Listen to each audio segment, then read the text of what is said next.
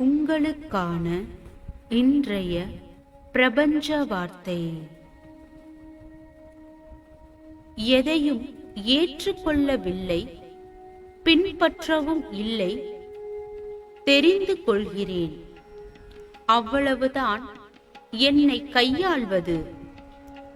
நானாக இருக்க பிரச்சனை என்பது எதுவுமில்லை. தன் எதிரியாக இருந்தாலும் அவனுக்கும் நல்லதே நடக்க நினைப்பவன்தான் நல்ல மனம் படைத்தவன். அந்த மனம் கொண்டவனுக்கு நல்ல விடயங்கள் தான் நடக்கும். குளத்து நீர் முழுக்க கொப்பளித்து கொட்டினாலும் சொட்டு நீரும் ஒட்டாது தாமரை இலையில். அதுபோல் உனக்கு எந்த சூழ்நிலை வந்தாலும் கெட்ட எண்ணம் சேரக்கூடாது உன் நினைவில். வாழ்க வளமுடன்.